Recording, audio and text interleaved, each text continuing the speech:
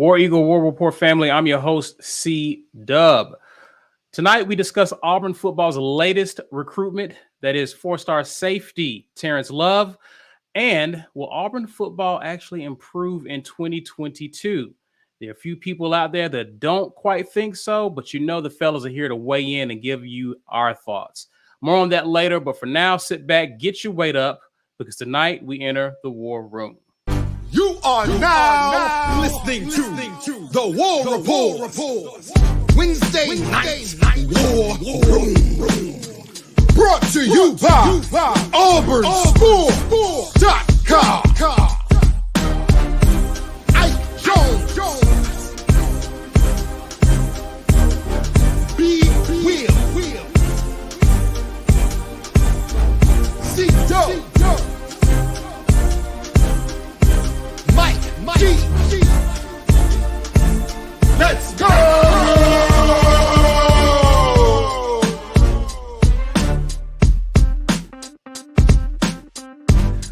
War Eagle, everyone. War Eagle. Happy Wednesday.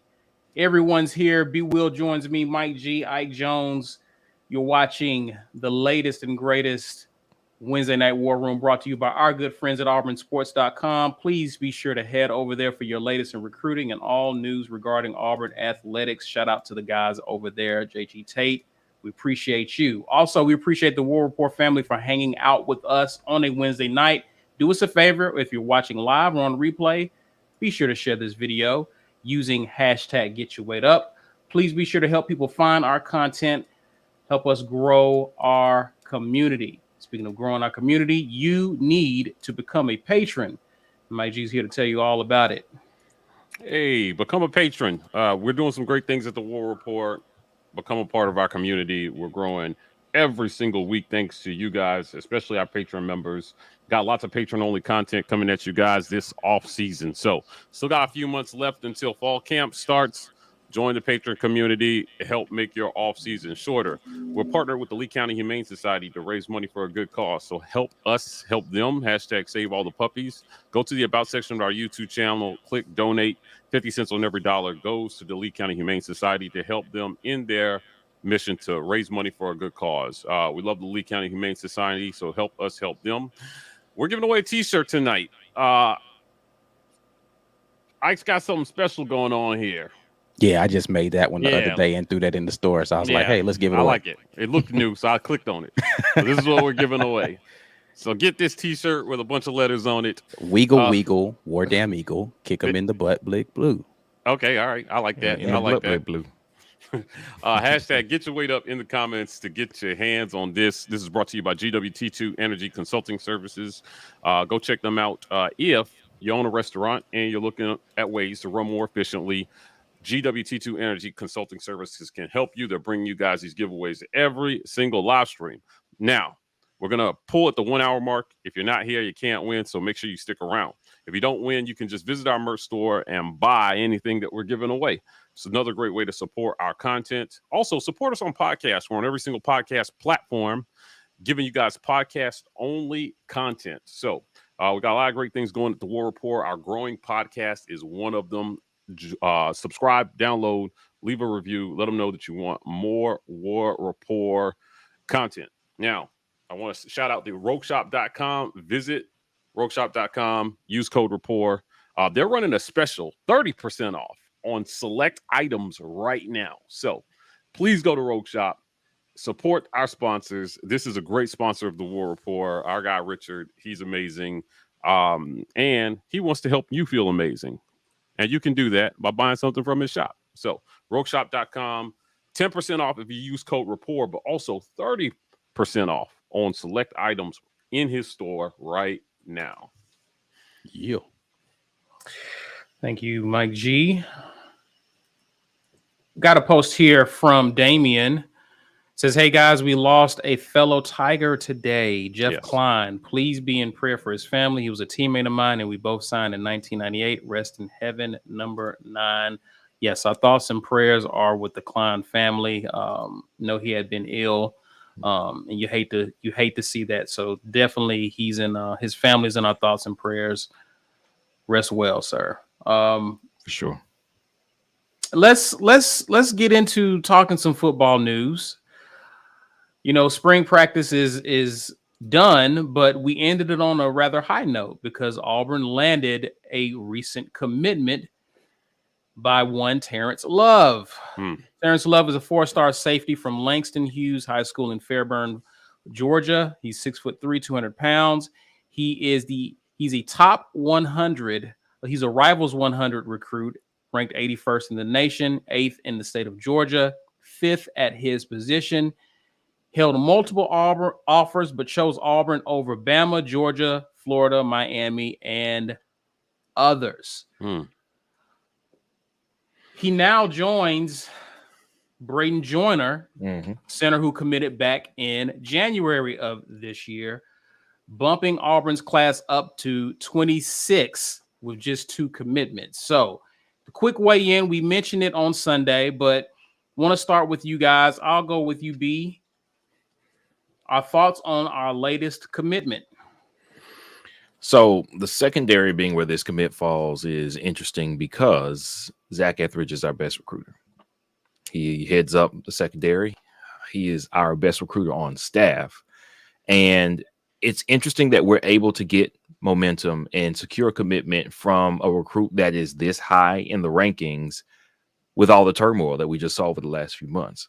So what it tells me is that with the new staff that Harsin added in the offseason, specifically geared towards recruiting, the boost of cohesiveness that I think came from this ordeal settling and being settled in the offseason, it has probably worked in our favor because I thought that it may make some recruits and their parents shaky to go, hey, man, they were just trying to get rid of you 9 months ago, 3 months ago. Why should I come here? You might not even be here next year.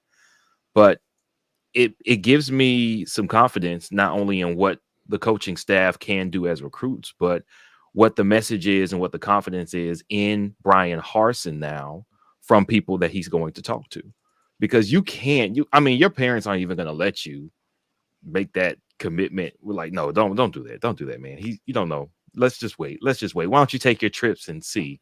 If I was a parent, then I would be off of Brian Harsin and Auburn specifically because I didn't know what was going to happen from behind the scenes. But it seems, as I thought, and I know many of us thought, if Harsin beats this case, he's stronger than ever. It seems that him beating the case has given him some stability. And that's what I think this recruit and this recruitment says for what's going on right now. Mike G, talk to me, man. Your thoughts on this latest commitment? Yeah, listen, everybody was freaking out about recruiting, and I still think that he'll be judged by the 2023 class, but I'm not surprised by this. If you watched us play defense last year, then you should be excited about joining the squad. We had some high-profile exits to the NFL draft, and, who doesn't want to come in and be the next, better version of Smoke Monday or the next Roger McCreary. Like it's we've got some great things going on defense. Not a ton to say. It's just one of those things where I think that the wheels were never really falling off the bus in terms of recruiting. It was just they needed time to get going. He took over and in the middle of a class that he had to kind of hold together. Right. And then after that, the next one, they made it harder on him with all this off-season stuff. So I think you'll see this class come together. Ultimately, what they do on the field will have a lot to do with how this class finishes and whether this kid actually stays committed. But yeah, I'm happy to see it. They're working really hard in recruiting right now. All signs point to they get it. They got to hit the road. They have to form relationships, and they got to work hard to make sure that all athletes out there know why to choose Auburn.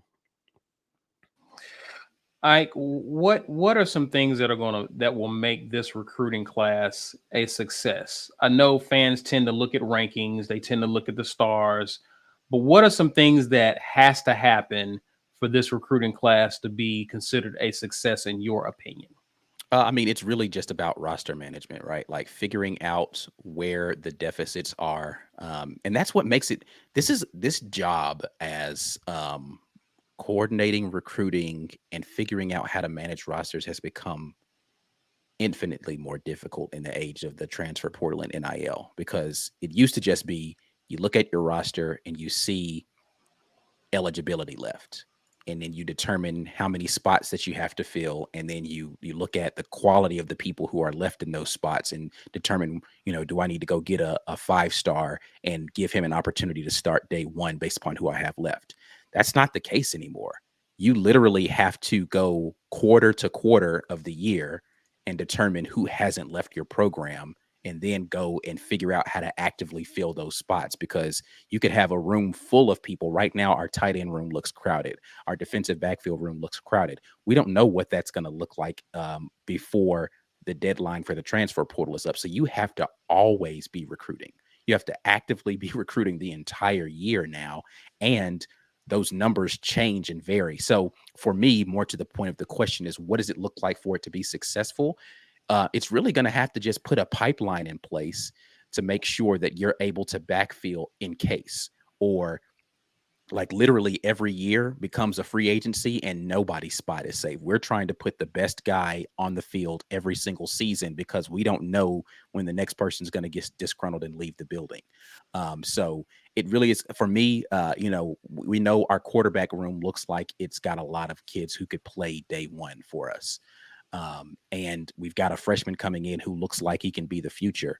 I don't know that it matters to me whether or not we land a QB in this offseason, but it'd be nice to have one in the coffers. We definitely need to get more fortified in the running back room. So we're going to need to get another running back because barring an injury, Tank Bigsby's gone next year, right? So we don't know what Damari Alston's going to look like yet. Hopefully he is the stud everybody thinks he's going to be. Jarquez Hunter hopefully comes. So it's really just about backfilling, right? So I can go through, spot after spot after spot.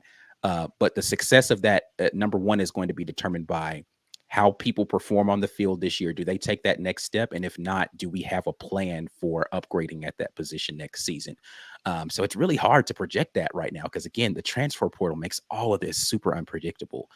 You don't know what people are thinking or why they're thinking what they're thinking.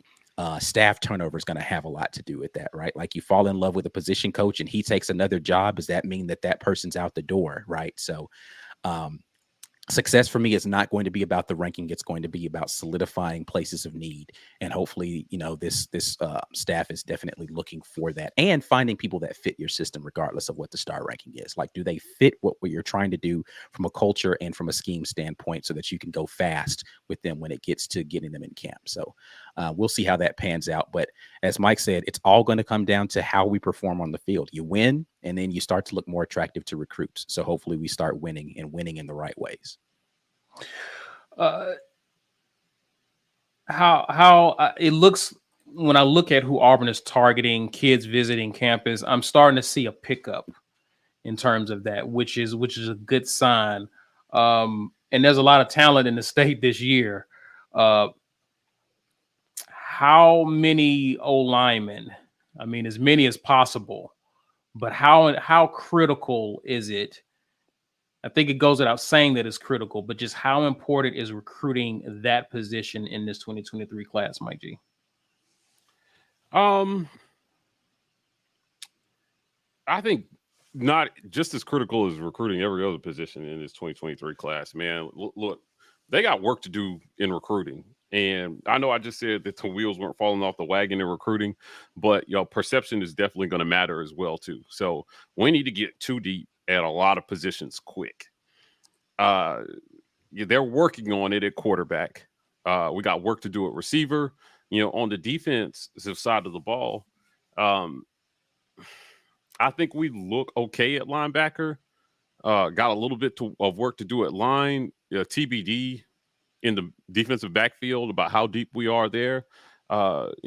Just recruiting as a whole, man, they just got work to do. I mean, we need to build numbers, and whether that is through recruiting or through the portal, which factors into this, right? So again, recruiting rankings, well, they're going to have to find some other way to calculate recruiting rankings now that we're in the portal era. Yeah. Because a team can revamp their team through the portal. Look what happened at Ole Miss. Mm-hmm. I mean, they had 25 guys jump in the portal, but brought in 14 guys from the portal. That's a whole different team. I mean, they sent guys out. I mean, that's practically free agency. Right. I don't know how important their recruiting class is. Now, they definitely needed to hit on those guys that came in through the portal, but we're going to have to find creative ways to evaluate. Talent evaluation is going to be the biggest thing, I think. You know, how are we evaluating guys? Are we getting the right guys? And do we have more hits than we have misses in the guys that we're picking? Right. Now, we got a lot of misses at quarterback, a lot over since 2013. Yeah, Sure. We got way more misses than we have hits at quarterback. You know, we've had, you know, probably more hits than misses at running back.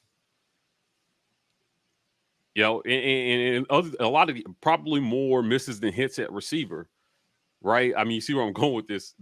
Talent evaluation is the thing that I'm going to be keeping an eye on as we start to get a little deeper into recruiting.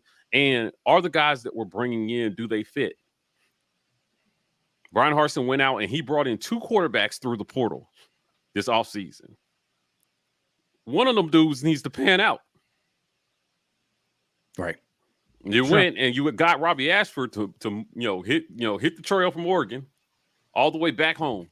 See what you did there. Bars. You went out and got Calzada from another school where he started every game. You drug TJ Finley in here from LSU. It'd be nice if one of these dudes was the guy this year. And then the kid that you are developing, Garner, in 2 years comes in and looks like a seasoned vet from day one. We need that at every position. So I'm hoping that talent evaluation is the thing that this staff is doing better than what we've seen in the past. So TBD on how important. I think it's just more important that they start to hit the target on a lot of these guys that we're bringing in. I want to see guys contribute. And I don't want to see a bunch of dudes who come in highly touted, never contribute, and then hit the portal. This is going to happen. It's going to happen for the most part. But when you're developing guys, I think some of these players will be more likely to wait their turn. And that'll make us deeper, to answer your question, that'll make us deeper in a lot of these positions. To educate some of the fans, we're now in a point where spring practice is wrapped up. And now what you're going to start having is, over the next few weeks, is meetings with players and coaches. And coaches are evaluating, looking at film, and determining who they can really count on, who's going to be in the 2 deep. And so the likelihood of us seeing some guys hit the portal in the next few weeks may ramp up just because of where guys are. They may be somewhere where they feel they shouldn't be, vice versa. Of course, we panic every time someone enters the portal, but I think it's to be expected that this is going to be part of the process as coaches are identifying and assessing what their needs are going to be in the offseason, going into the portal, recruiting wise, so on and so forth. B, what should we expect to see over the next few weeks? I mean, is it irrational to expect that we'll see some guys hit the portal just because they're just not where they want to be? Or what are your thoughts on that? Dudes are going to go into the portal because they don't like where they are on the depth chart.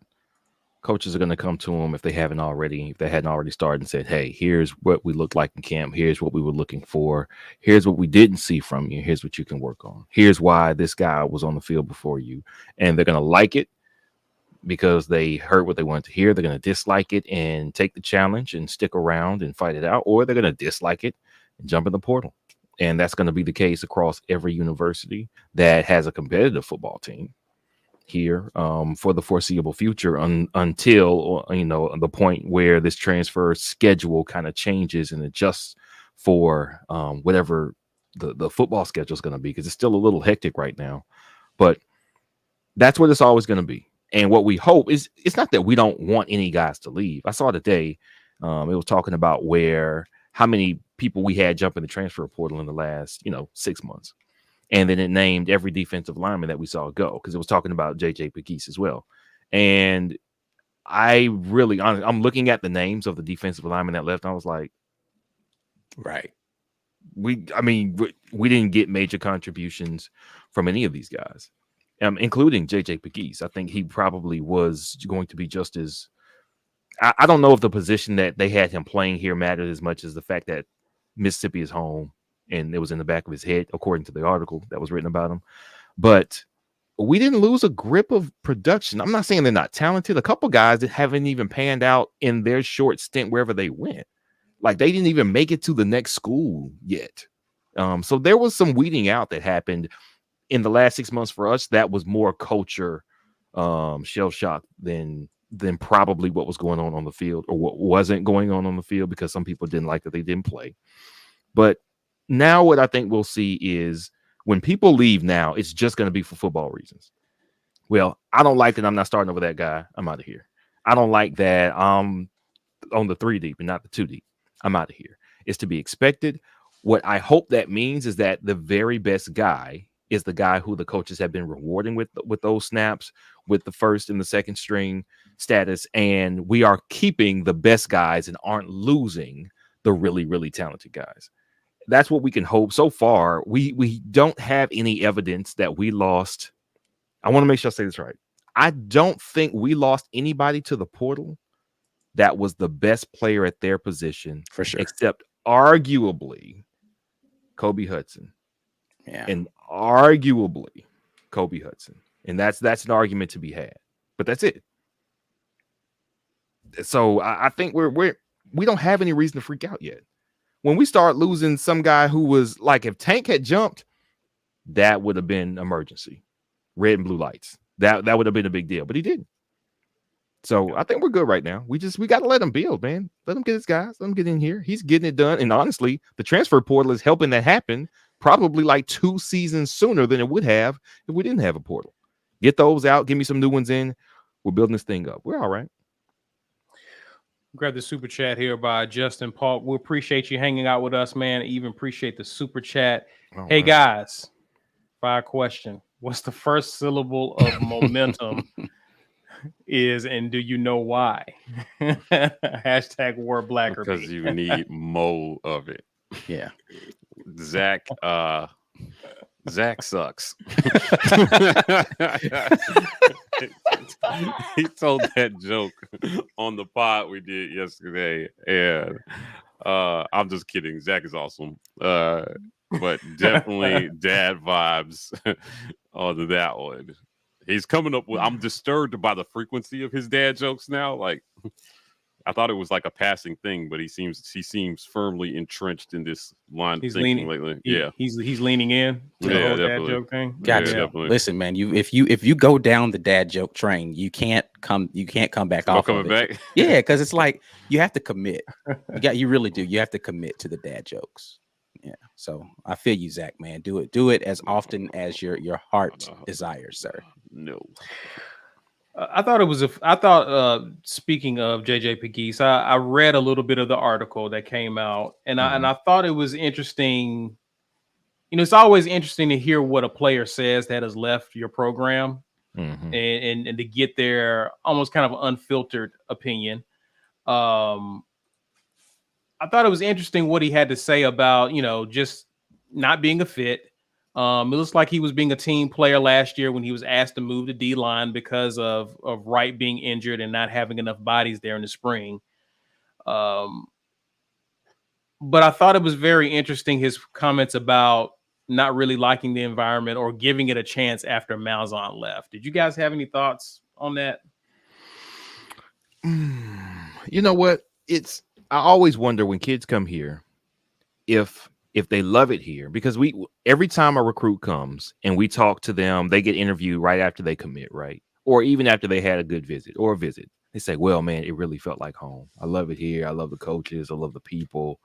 That's one of the things. And we talked about this because during the COVID period, we couldn't recruit because we can't just go to people's homes. And we was like, it's really in our best interest to sell Auburn because Auburn kind of sells itself, but we couldn't do that. So we weren't hearing that. Oh, I love Auburn. I feel the family atmosphere.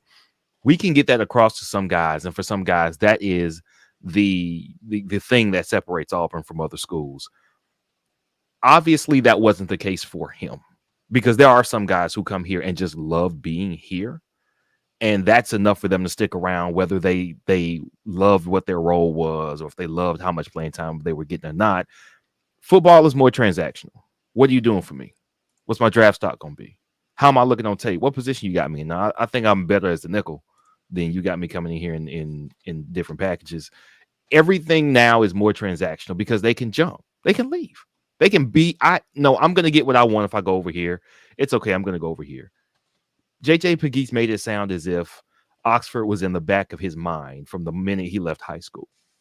And if that's the case, and he wasn't ever really settled here, then I don't really think that's so much of a negative. I think anything he sees that is less than perfect for him would have been viewed as, oh, this isn't for me. So I'm not offended by what he said about, well, I gave the staff a chance. And it sounds as if unless the on-field situation was perfect, I mean, absolutely perfect. Maybe he's still at tight end. He's catching a few passes a game. He's got like 5-6 touchdowns on the season. Maybe if all that's perfect for him, then he's cool with changing coaches because he's productive and he's playing the position he wants to play. But without that being exactly what he wants, then he's going to look at it negatively with any kind of changeover, because he knew Malzahn wanted to use him offensively. And I think the second that this coaching staff asked him to make that switch, that was probably it. We probably lost him before the season. That's what you said. Somebody said that when it happened. I wish we could find the person who said that so we could tell them that they were right about that. I don't know. Yeah. I don't know where that guy is. Me either. Yeah. It's a shame. It's a shame that he's not here to hear you say that he was right. But is he?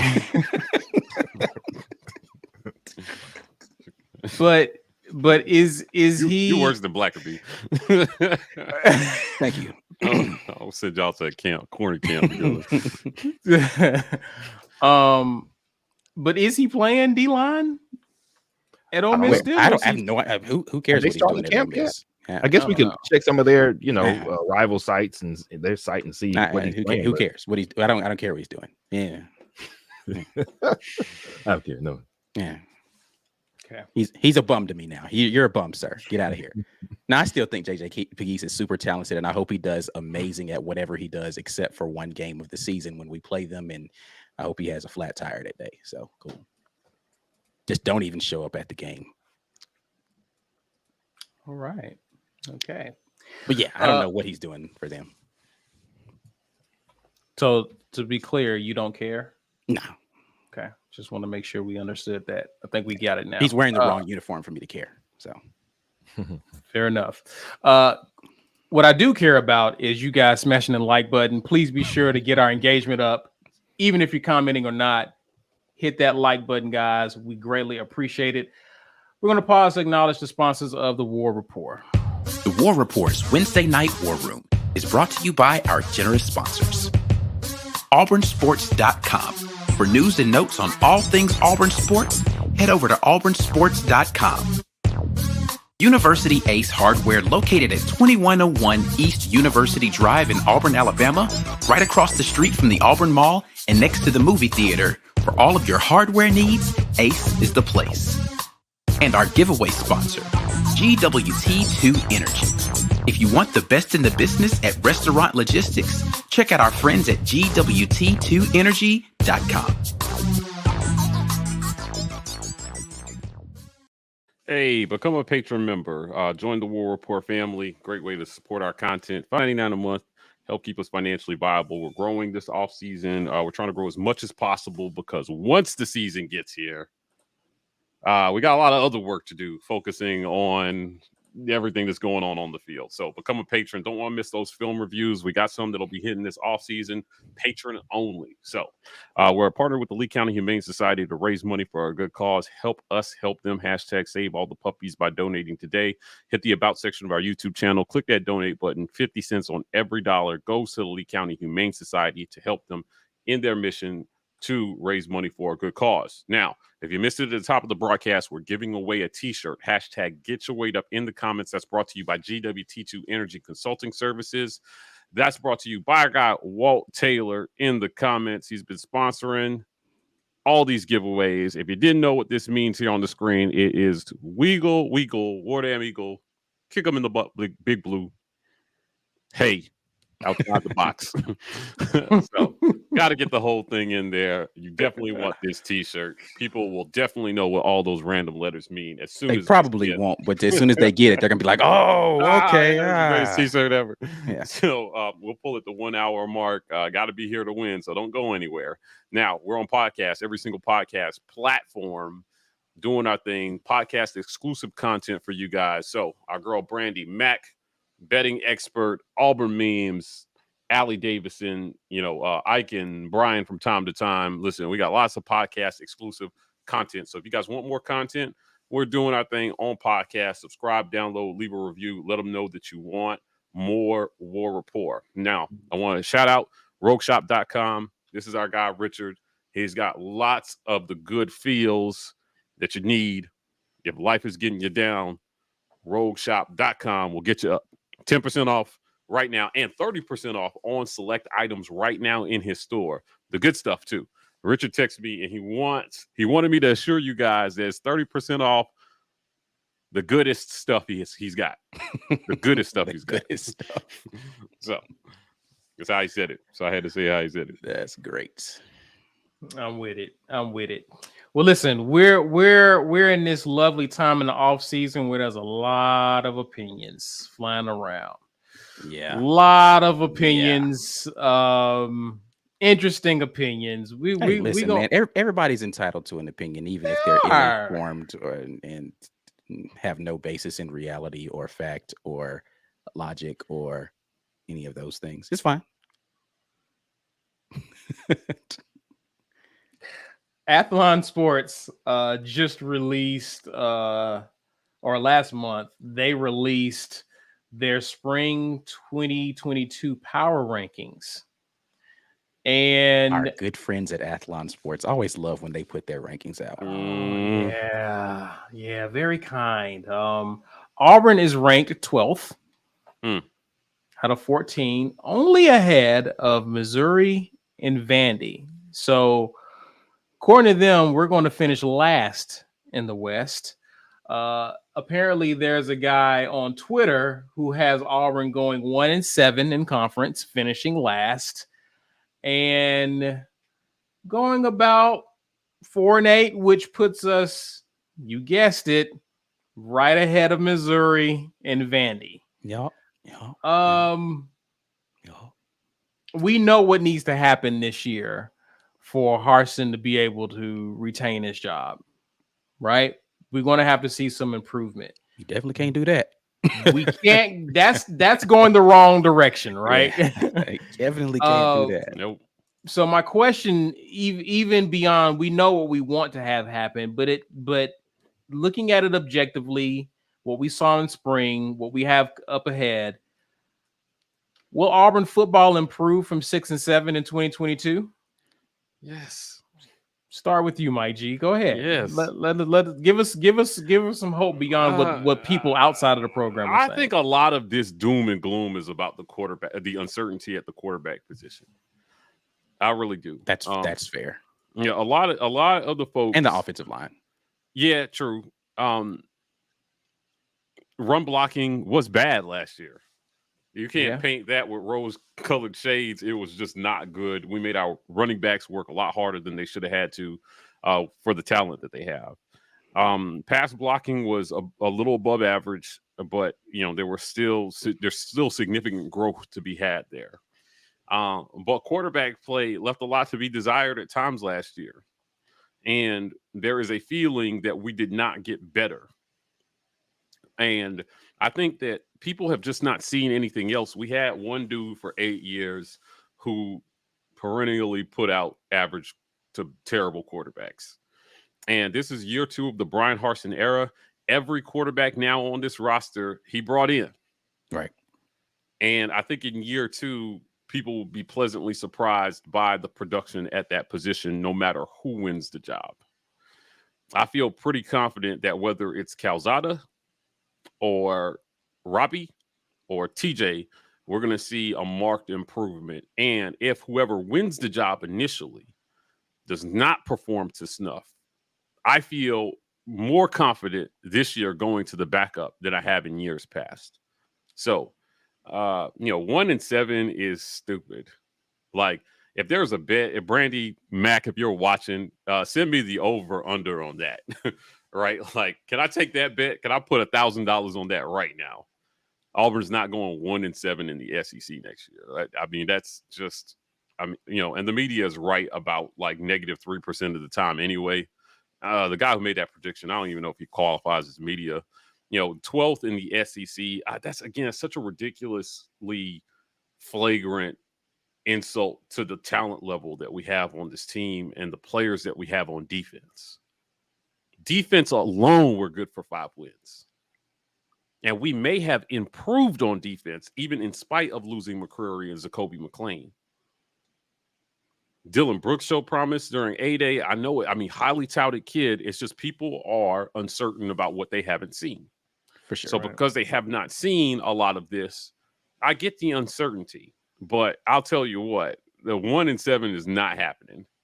It's just not. And I can't wait to see what these. I'm rooting for our receivers to prove a lot of people wrong. I'm rooting for whoever's playing at quarterback to prove a lot of people wrong. I read an assessment of our quarterbacks that I thought was completely ridiculous. Every single one of them. The assessment of every single one of them was ridiculously off and non-objective. But I'm looking forward to this season. 5 straight home games to start the season is a gift. It is. And Auburn should, at worst, come out of that stretch 4-1, if you ask me. So 4-2 wouldn't be the end of the world either. I'm sorry. 3-2. Yeah, bad math. But you know what I'm saying? Like, it wouldn't be the end of the world. Just it puts a little bit more pressure on the rest of that October schedule to get things together. But I think we could beat Penn State. Clifford is coming back for a 6th year. He carved us up last year. I definitely ate a lot of crow on that game, man. He had the game of his life versus us. I don't know that he played that well the rest of the season. He didn't. He played that well the rest of the season. And LSU should be beatable. Missouri and then the cupcakes that we got. Come on, man. That's not a terrifying schedule to start the season. And all those games are at home. Mm-hmm. So by game 3, if the offense does not,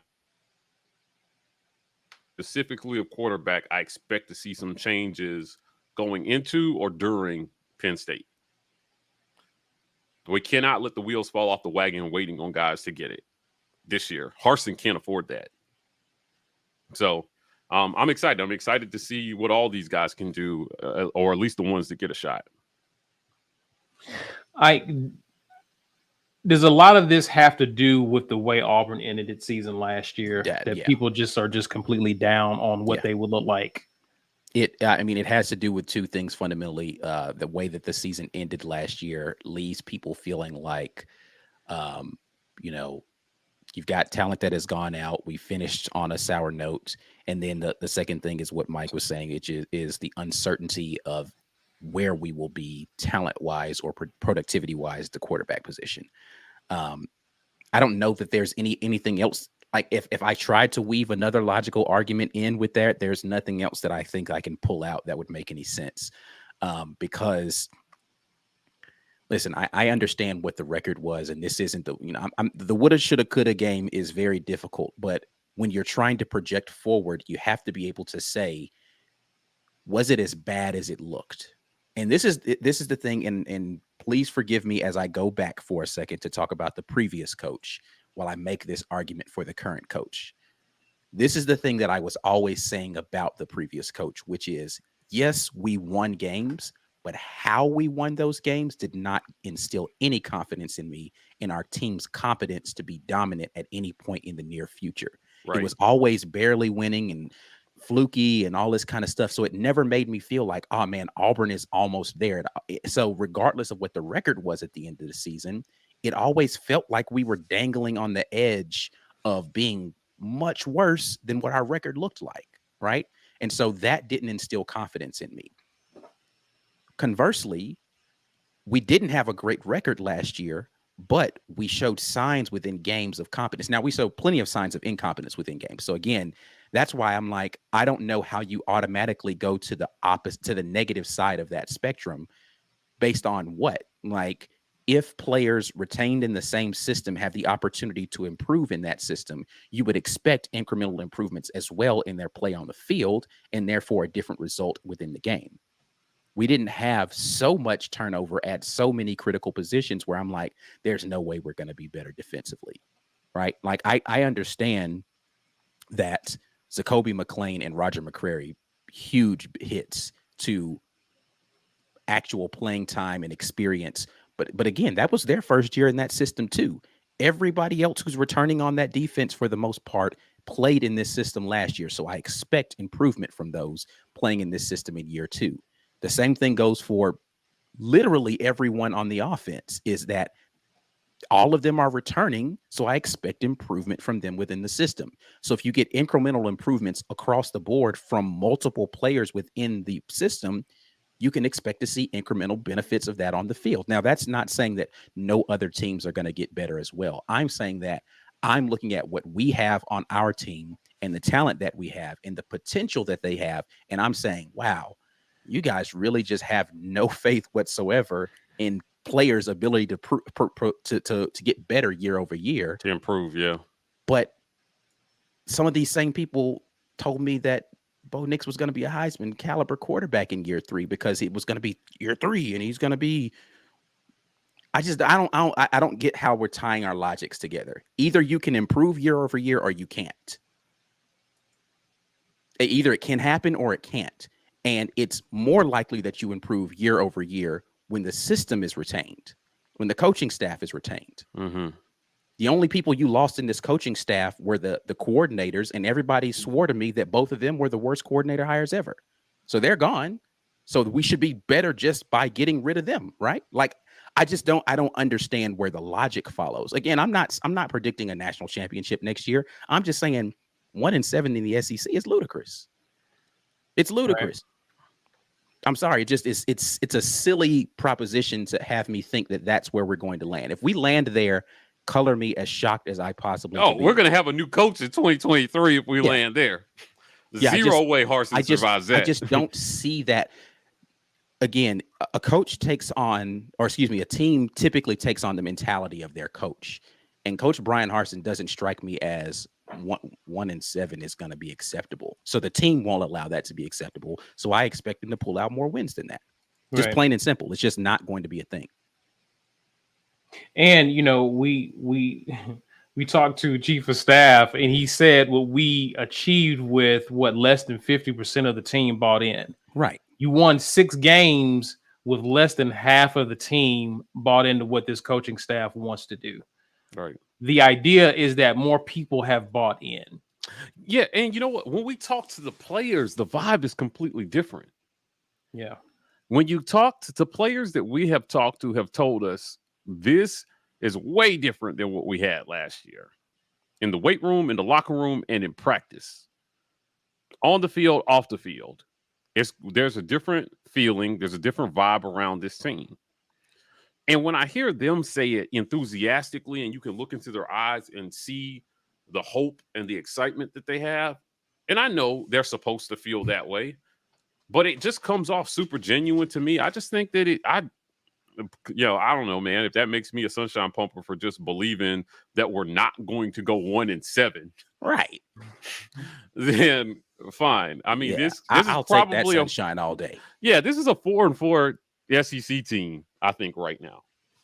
Now, they do better than 4-4, that's overachieving. 1-7 is just those are used. The 1-7 people are the Harsin doomists, like the people who just never liked Harsin to begin with. Correct. 100%. Yeah, it's the people who never liked Harsin to begin with that were literally predicting 1-7 because they think he's going to get fired next year anyway. So I hope they can find. I've been taking screenshots and bookmarking tweets. I'm keeping receipts on all this shit. So it's 2022, the year of receipts for you, Mike G. Yeah, it is, man. I'm sorry. Some of this stuff is just too ludicrous to let slide. I mean, but it's flagrant though, right? Like at this point, it's like it's flagrant, and I hope, listen. Every year, every time we come into a season and people are putting Auburn in this position are the years that we do really well. And I'm not predicting some miraculous 2013 type of thing. What I'm saying is if you are predicting 1-7 and then you're doing that solely based on you pulled a number out of your hater bias, right? Yeah, that's a bias from last season that you're bringing into this season based on the belief that we don't have a good coach. Right. Those people are going to be miserable during the football season, even when we win.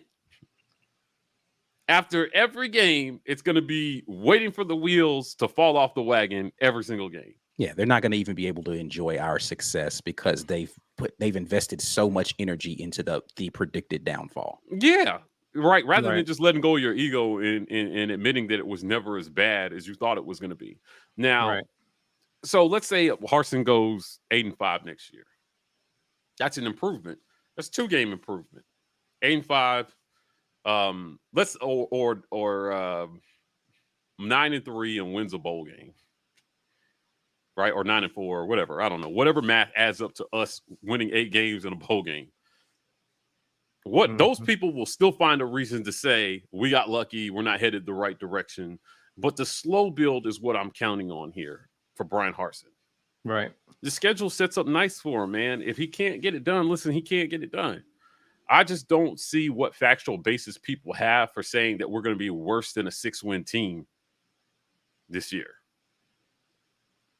I just don't see. I don't know how you look at the schedule and find 8 losses like that one dude did. 8. I mean, it basically you have to say that there's only one team in the SEC that we could possibly beat, and that's likely Missouri. That's it. That's the only game we win in the SEC next year is Missouri. Yeah. And some of the teams that we play that we beat last year got worse. Right. They didn't get better. Are just as unpredictable this season, right? You already talked about how much turnover Ole Miss has. Right. So the LSU. the Heisman quarterback candidate, the Heisman candidate quarterback they had no longer there, but you're somehow assuming the guy who was the quarterback at LSU, who we beat when he played at LSU, is going to somehow make them better. Excuse me, that's Texas A&M, but Jackson Dart is somehow going to come in and make Ole Miss better on offense when Matt Corral, the reason why they were good offensively was mostly because of his legs. He could throw, but it was mostly because of his running ability. Jackson Dart's not the runner that Matt Corral is. So he's going to throw better, and they're going to is it confidence? Is it really just about the coach? Do you just have that much confidence in Lane Kiffin and that little confidence in Brian Harsin? I'm trying to understand where this talent deficit is that everybody keeps seeing. But that's what it is. Between the middle of the pack teams, not Bama, Georgia, but I'm talking about Ole Miss, Mississippi State, Arkansas. Like, where is that? Yeah, but it's exactly what you said. It's the Brian Harsin haters that are predicting this. 25 kids out at Ole Miss, 14 kids in. That is a significant amount of turnover and a lot of question marks. Right. Now, listen, they may be good next year. Who knows? I just don't know how you're looking and saying with any certainty that they absolutely will be any more than we're going to be 1-7. Right. What? Come on, man. Right. And again, LSU. they're going turnover. They're going through what we went through last year. A whole new and a culture change. Right. Yeah. They're going to feel the pain of the culture change next year. And they weren't good last year. Yeah, right? So you have a not good team with a culture change, but you're assuming they're going to be in the top 5. And I just, again, I don't see where you're getting that from. Is it because you think Brian Kelly is the savior of LSU in year 1? Right. So I don't know. Like I said, I mean, I think, again, saying, hey, 8-win ceiling, that's not a bad thing. When you're growing, when you're building a program. Yeah. Going from 6 to 8 wins and 8 to 9 wins, 9 to 10 wins is how it should be done. That's what Jimbo has been gradually doing Yeah. at A&M since he's been there. We have to get over the idea of these needing miracles and seeing these miracles that give us false hope of the direction of the program. Bruce Pearl didn't build a winner overnight, man. He built it over years. Right. Yeah. I don't know. Basketball's a different beast, but man, development is the same. There are very few coaches who come in and build winners overnight, though. Overnight. Like, it's just not a thing. Like, with all of the positive momentum people feel like South Carolina was having, they went 6-6 last year. And they are happy. Their fan base is like, yo, we are excited for next year. Right. Because of the momentum that we built, even going 6-6 on the season. Now, expectations are higher at Auburn, which I get. For sure. They're higher at Auburn. And I think that's part of the problem, is that people are stacking up against what they expect, not the reality. The right? reality. Because we aren't at the place where we are contending for the SEC West title right now. We must be terrible. Yeah. And there's a lot of ground between losing one game in the season to either Bama or Georgia and going and only winning one game in the entirety of the SEC. And I'm like, how did y'all get so far away from either end of that? Yeah. I get confused by it. Now, I stand by this, and I will die on this hill. We had the talent to win 9 games last year. Certainty. For sure. What we did not have were a lot of the intangibles that are harder to predict, that the players and the coaches have been telling us about all offseason. Right. We finally got this together. We asked Alan Green about how he felt about the direction of the program. He gave us some good stuff. We have some other interviews coming for you guys that will shed light on what we're talking about. I like what I'm hearing, and I've liked what I've seen. It's still a work in progress. We have by no means arrived. Right. But I just don't know how, like, if we just got better, if, let's say, Robbie Ashford wins the job, or let's just say Zach Calzada. Let's talk more realistically. A guy who started every game in the SEC last year behind one of the worst pass-protecting offensive lines in our league. Texas A&M replaced every starter on their offensive line last year, and they were terrible. He was running for his life. Under pressure, like 37% of his dropbacks. Right up there with Bryce Young. And I thought he did a pretty good job under the circumstances. Enter him into Auburn just with at the level that we pass protected last year. He should be a much better quarterback here, and he should be able to make our receivers better. If TJ improves, he should be able to do the same. Robbie should be able to do the same in his own ways. All these guys bring something different to the table. Get us through. We need one of these guys to get us through these development years, because 2023 will be a development year as well. Still need to show improvement. But then when a guy like Holden Garner takes over, culture is solidified, right? The talent pool is streamlined, and the system is solidified. And we're not expecting this kid to come in and be the savior of Auburn football. Right. He could come and be in a very important part in a well-oiled machine. Realistically, that's the type of system we felt like Bo should have been stepping into. Yeah. The situation that Gus put him in was not very fair. Not for, at the time, like a 7th-year head coach. I don't think it was fair. Going into your 7th year, a kid like Bo, if you're going to start him, He should have been stepping into a well-oiled machine on offense, and he wasn't, and that is Gus's fault 100%. Yeah, I mean, Sure, listen, sure. all of those top recruiting classes that he brought in, tons of misses, tons of transfers, Too many tons misses. of guys who just they never played a down at Auburn that was worth anything, but they're 4 and 5 star recruits.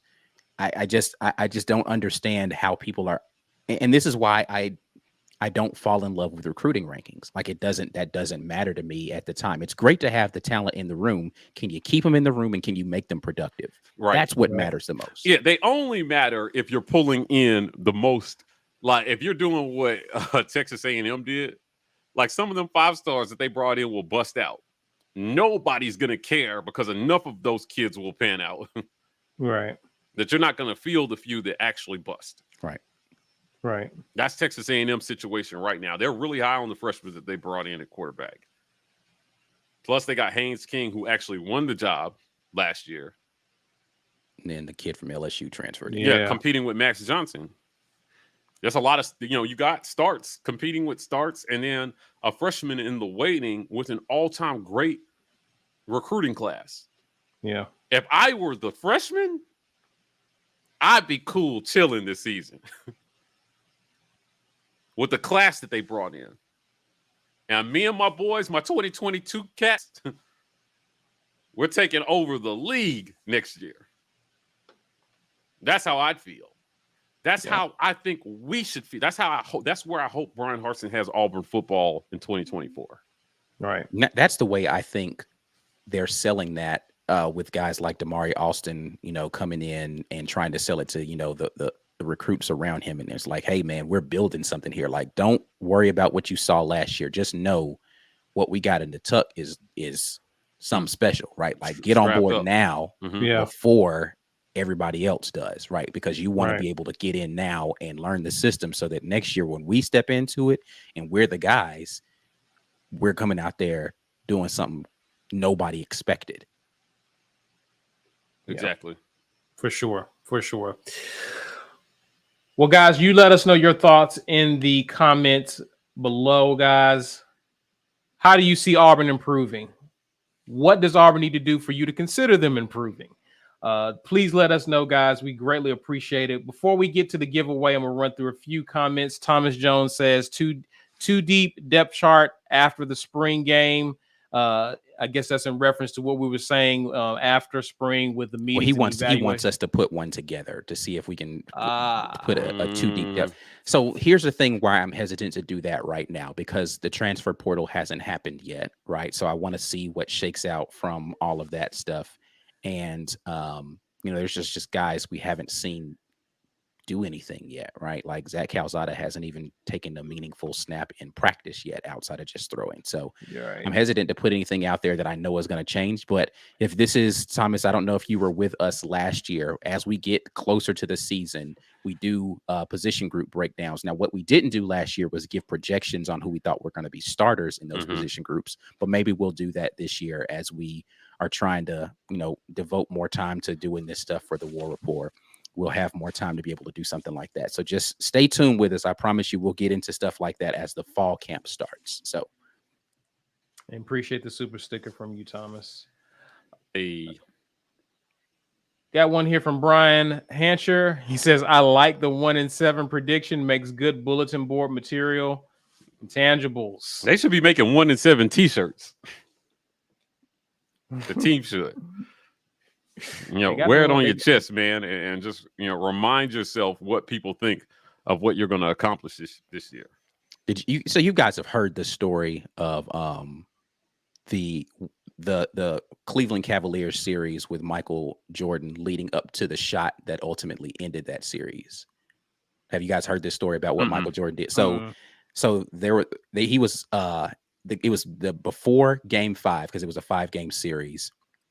The writers had all put out their predictions, and there were 3 of them, and one of them said that the Cavs would win in 3. One of them said the Cavs would win in 4, and the other one said Cavs in 5.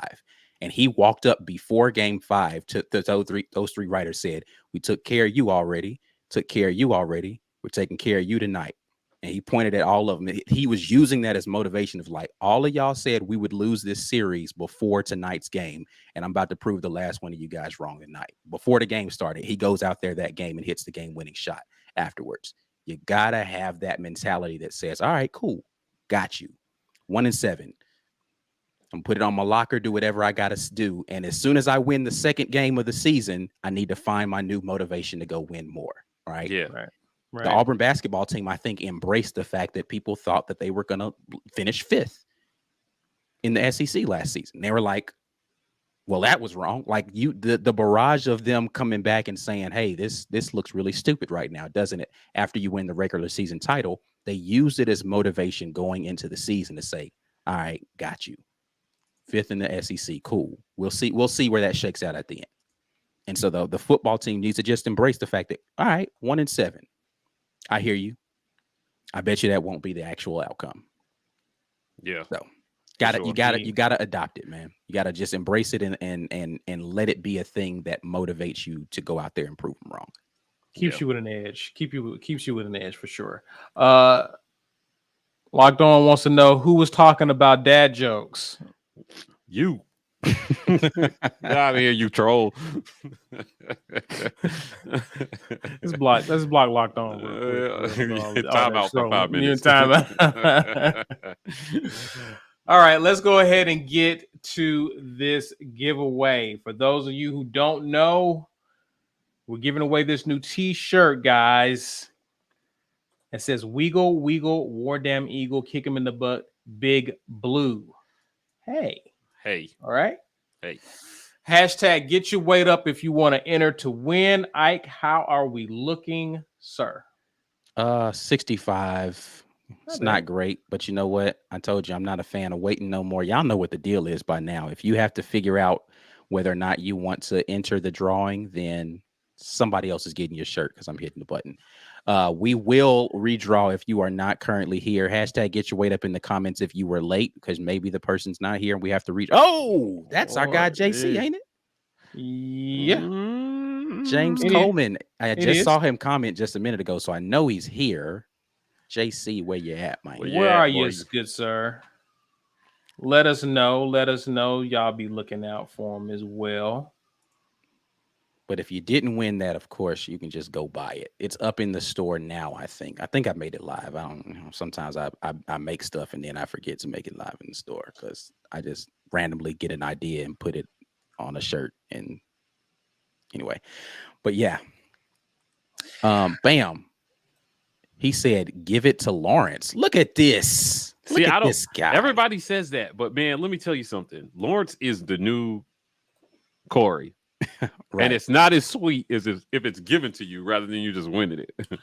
I mean, Lawrence has to accept it. Lawrence, what say you? Will you accept it? Because Corey wouldn't accept it. Corey would not have accepted it. Corey would never accept it. He wanted to win it on his own. So you let us know if you don't want it, JC, and Lawrence doesn't want it, we'll pull again. No big deal. But all right, we'll wait and see what they say in the comments. Okay. We have another super chat here. Lawrence, holler at us and let us know if you're willing to accept that for sure. All right, let us know. He said James he wants to win it on his own. So yeah. See. James Barnett says, fellas, those people who are making those asinine comments are forgetting that the team will have something to say about wins versus losses. I agree. Yeah. I agree.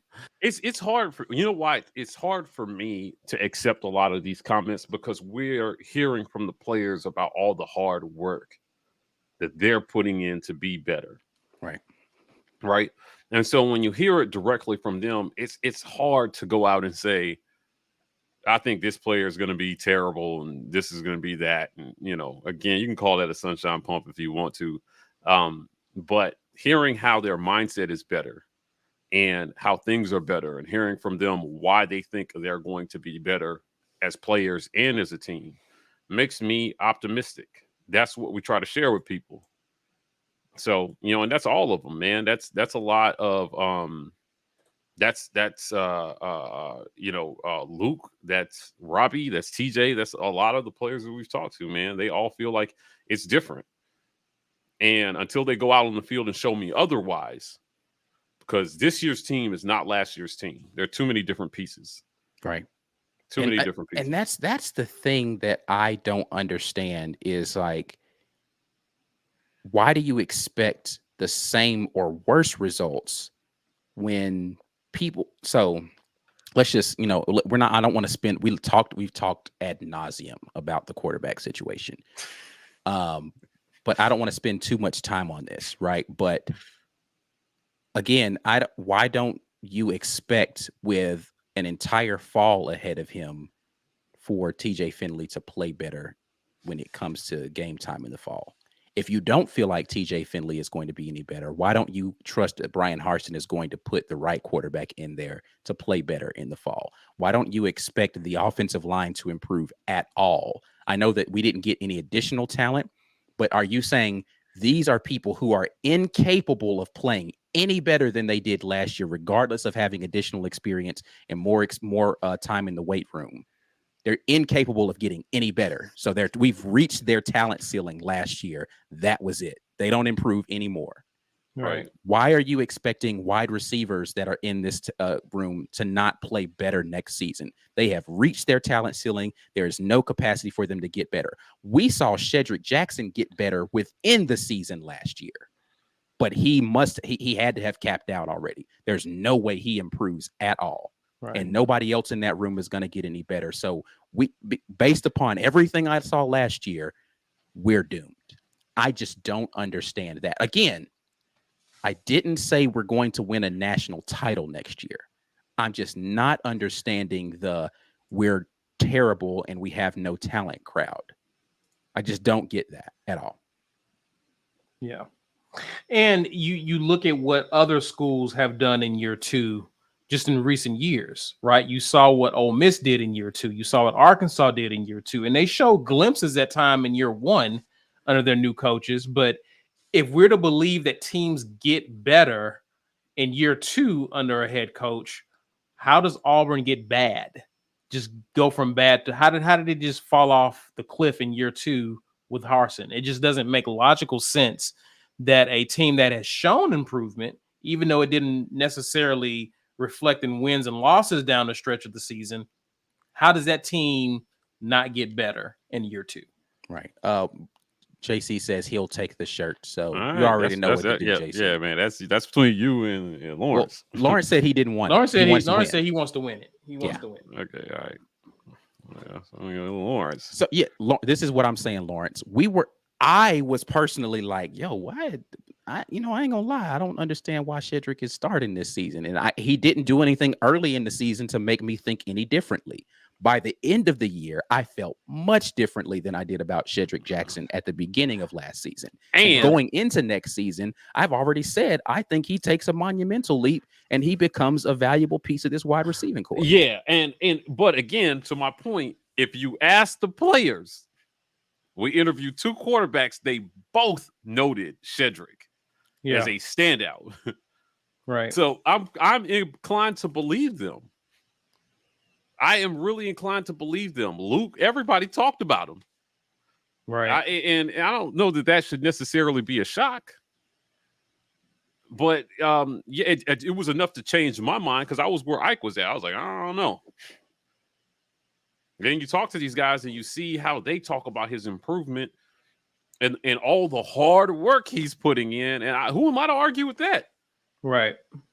If the guys that are here say so-and-so, not even talking about themselves, my teammate is working his ass off to get better right now. I like how much they talk about each other. Yeah. Ask them about themselves and they'll tell you about their teammates. Man, come on, dude. That's what we talk about when we talk about culture. Right. Right. All these guys can talk about is how their teammates are getting better. They don't even want to, I'm working hard, but man, let me tell you about my teammates. All of them talked about Jay Fair. Jay Fair. We heard about Jay Fair from everybody. Right. And the comment, it's not just about his raw talent, it's about the work that he's putting in. That's exciting to hear, man. And that is a reflection of our head coach and the work they're putting in, changing what's up here so we can change what's on the field. Brian Hancher says, oh, you got it. That was me. Yeah. Says, well said, Ike. I try to say things well. Thank you, Brian. Yeah. These comments are off the chain tonight. Yeah, y'all are having a lot of fun in the comment section, and I'm not mad at it. I love it. But so I guess we just never know, because we normally, as we get closer to the season, we'll do our predictions as to what we think Auburn to do. I had the most pessimistic take, right? Last year, You did. I had Auburn going 7-5. Yeah, you were the closest. Though, Yeah. So, You were the most right. My son chimed up and asked 10-2, baby. No points for Penn State. Right. Shut out for any team that has state. Shut out. Bro, we didn't get one set out though. We did. We had to block a field goal to do it. Yeah. We got one set out. Oh man, that was fun. But I don't take any of it back either. I take none of it back. It was good television. For sure. You got to give people what they want. But I mean, there was a point in the season where I looked like I was dead wrong. Like after we had beat Arkansas, we had beaten Ole Miss, we looked like we were well on our way to making closing out the year strong, right? Mm-hmm. Then A&M happened, right? A&M brought us all the way back down to earth. Yeah. Like offensively, that is about as bad as it gets. Yikes, absolutely. Man. I had questions for Carson after A&M. I did. He did not like my questions. But I had questions. And looking back on it in hindsight, he was probably, right to do what he did. But it just reminds me what little he had to work with last year. Yeah. I mean, offensively, especially, there weren't a ton of options, and he did what he could, and he had hard decisions to make, but no touchdowns and one field goal. Is that what we had? One field goal? We had 3 points in the game? 3 points. 3 points. Yeah. And the only touchdown they scored, our offense gave to them. Right. On a fumble by the quarterback. So, that's about as low. We were hard pressed to do worse than that. We found a way against Mississippi State, but it's fine. Yeah, I mean, was it worse though? We scored in that game. I mean, offensively, it was better. It hurts worse. It hurts to come out of the half having so much confidence in where we were, right, and have it dashed so colossally. A whole poop. Yeah, we took a whole poop in that second half. Yeah, and for it to be with the Bama game hurt a lot too. Yeah, but the defense that has kept us in games, that just our strength didn't really show up for us in that half. And so we had done a lot. Yeah, we had done a lot. Yeah, we had done a lot offensively. It's just that we just gave out. I'm just hoping defensively we're close to where we were last year. If we're close to that this year, with what everyone seems to think is a better defensive coordinator, then we should be a better football team overall. If the defense continues to do what it did last year, even with the slip-ups, and the offense makes incremental improvement. Again, we weren't getting run off the field last year. I need everybody to calm down. No, I don't know why I got to keep telling people calm down, but just calm down a little bit and understand we weren't getting beat down last year, even by the best teams in the country. We did not get beat down last year. There was no game where it was just absolutely destruction on the part of the other team. The game that we looked least competent in or able to win was the Georgia game, and I'd still argue we didn't get run off the field by Georgia. It wasn't until late in that game where their depth at offensive line and running back started to pay dividends. Yeah, mid to late third quarter is when that game got a hand. Yeah. Right, but the first half, all the way through halfway through the third quarter, we were in that football game. We played Bama to multiple overtime. We were not getting run off the field last year. So I just don't know where this perception that we were just this awful team comes from. I just don't get it. We were definitely You're just looking at the record. You're right. just looking at the Penn record. State game. God bless him if Kobe Hudson doesn't come out there and fumble away the first play in the second half. We probably look a lot better in that game. That led to a touchdown directly by them. If we don't go for it on fourth down for whatever stupid reason against South Carolina and gift them a touchdown, and the Kaufman muff. The Kaufman muff was bad. I was going to point to the South Carolina, the Finley fumble in the red zone as the bigger thing. So the fourth down on one side and the Finley fumble on the other side. Was it Kaufman?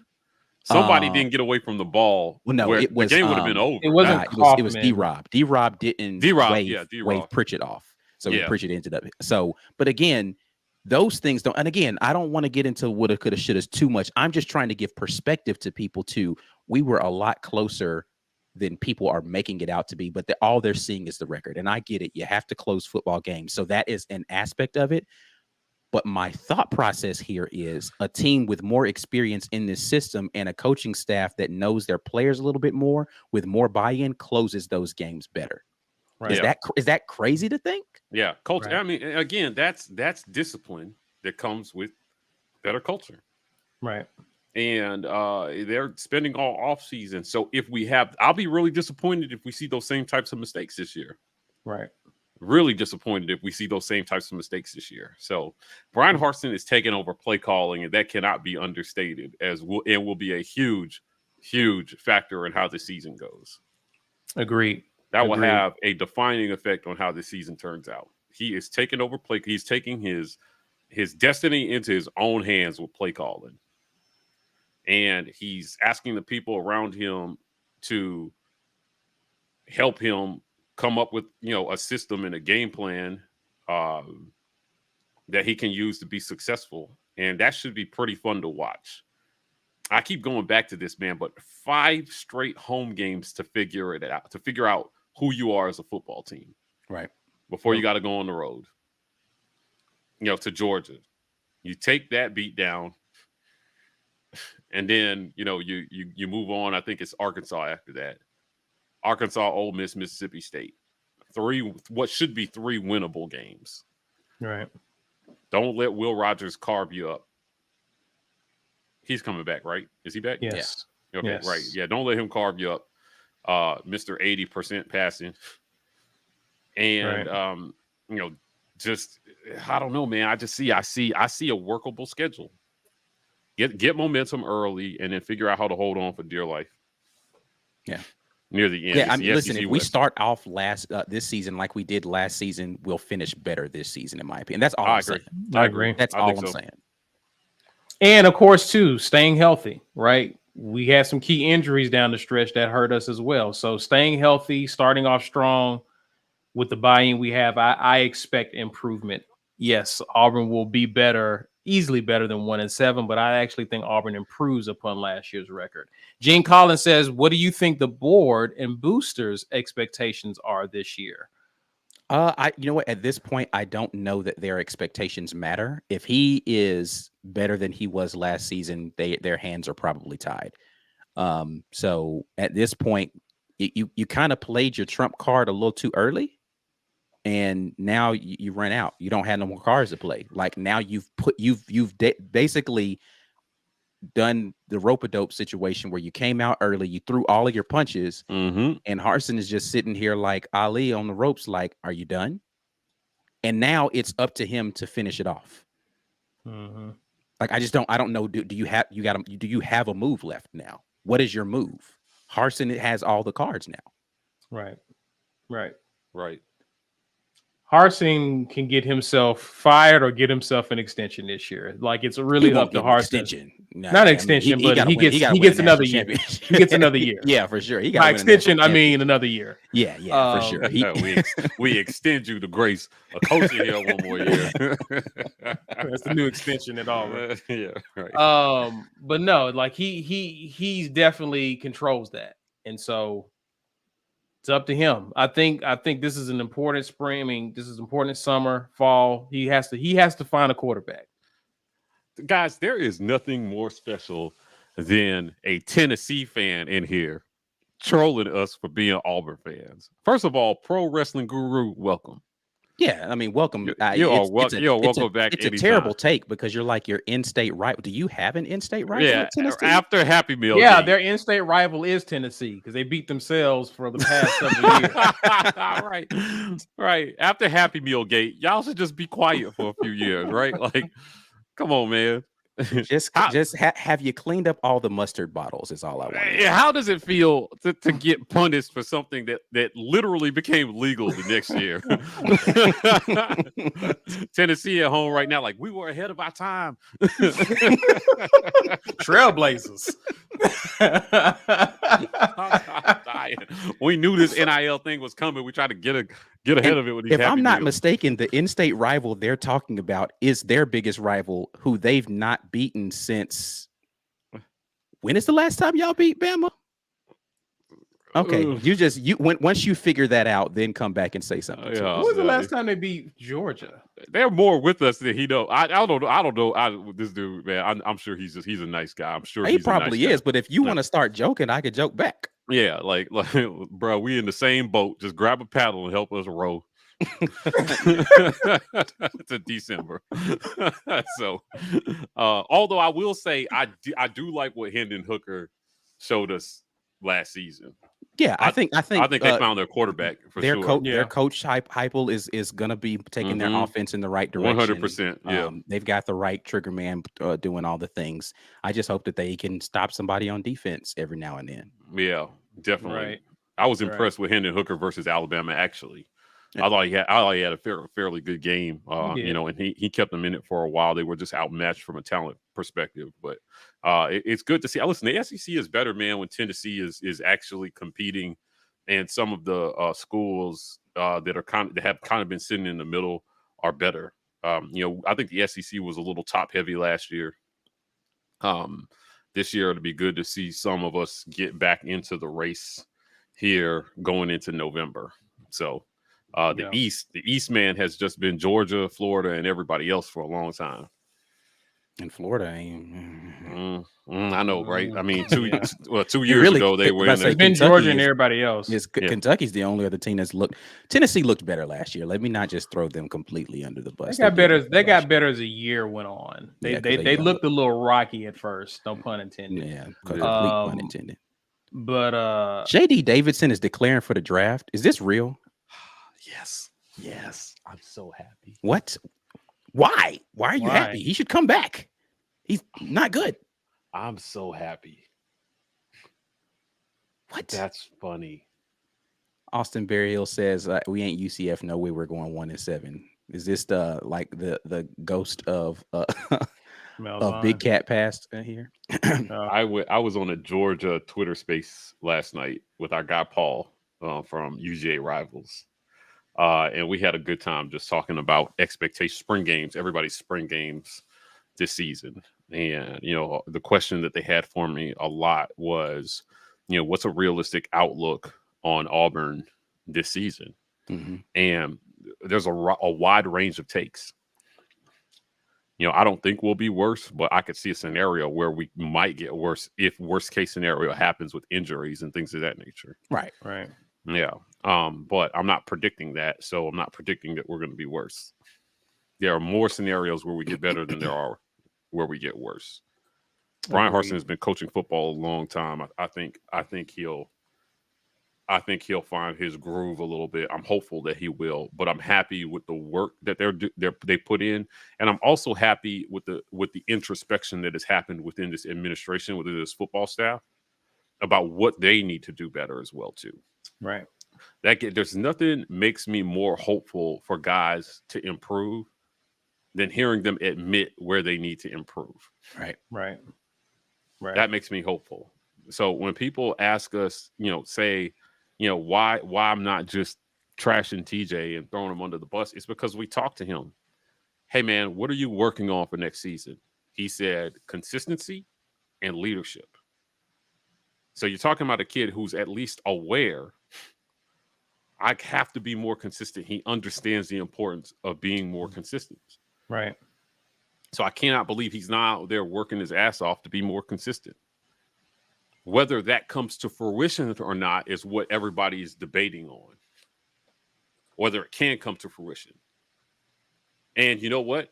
I'm right there with everybody else in the I don't know. Well, not everybody else. I'm in the I don't know category, but I think that there's a possibility that he could. I'm not in the camp that thinks that there's no possibility that he can. Yeah. So, will he is a different conversation, though. Right. And when he will is another conversation as well, too. Correct. Well, guys, if you don't have anything else, that's it. That's all I got. Mike G, take us on out, sir. Hey, listen, had a good time tonight talking about predictions, 1 and 7s, giving away T-shirts with lots of letters on them with the whole alphabet on them. Become a patron level member. So we got a lot of great content going. Some great things are happening at the War Report. They were happening as we were on this broadcast tonight. So for sure, guys, man, can't wait to tell y'all about some of the stuff we got coming we up, bro. are doing. I don't even like teasing stuff, but if I start teasing it, it's something that is gonna be ridiculous. So we got big things coming. We are doing effing work over here. You want to be a part of it? Become a member. $5.99. Hit that YouTube front page. Click the join button. Put your credit card information in. Join our community. We got some film reviews coming for you guys. And in season, a lot of our chats will be member only. So. Shout out to Tennessee guy, but he won't be in here on our post game chats. That's family business only there. So become a member, join our community. We're partnered with the Lee County Humane Society to raise money for a good cause. Help us help them. # save all the puppies. We're trying to save some puppies here with them. Go to the about section of our YouTube channel. Hit the donate button. 50 cents on every dollar goes to them. We appreciate them and all the work they're doing in the community. I gave away a T-shirt tonight. If you didn't win it, you can buy it at thewarreport.com. Hit the catalog button. Check out everything we got going on there. Some real fly stuff. We also are on podcasts, so check us out on every single podcast platform. Podcast exclusive content coming at you from the War Report, guys. And our girl, Brandy Mac. Follow her on Twitter. That's Brandy with 3 E's and a Mac at the end. Auburn Memes, Allie Davison, Friends of the War Report, and guests on the War Report podcast. So check us out over there for some exclusive content. And then last but not least, shout out to our sponsor, rogueshop.com. Check them out for 10% off all the goodies and 30% off. Really, really good stuff. Extra strong stuff. Rogue Shop, 30% off right now is what Richard said. So we appreciate Richard for sponsoring the War Report. And listen, shout out to our title sponsor, auburnsports.com. Our guy, JG Tate, been riding with us for a minute.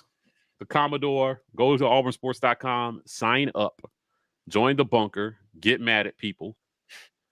Do it. It's a great idea. And they've got recruiting information. So if you have not traditionally followed recruiting, auburnsports.com is a great resource to go and look up stats on recruits or just to know who we're targeting. JG and B Matt do a great job over there keeping us informed on all the happenings of 19-year-olds. So appreciate him. Indeed.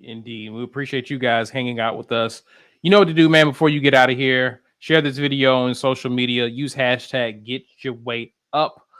Smash that like button if you haven't done so already. If you're new to the channel, please be sure to subscribe to us. You want to interact with us on social media? That's Facebook, Twitter, Instagram. You can find us at The War Report.